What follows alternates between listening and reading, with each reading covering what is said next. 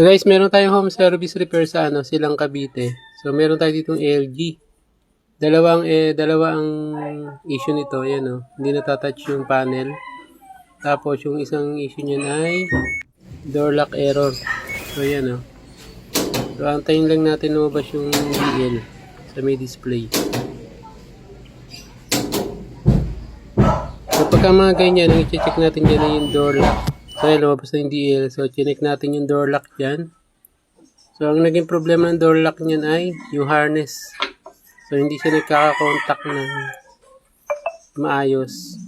So kaya pinix natin yan So tinesting natin. So lumabas na yung icon nung logo na icon na lock, door lock. Ayun yung kulay red na yun. So ito-testing na natin yun ng final.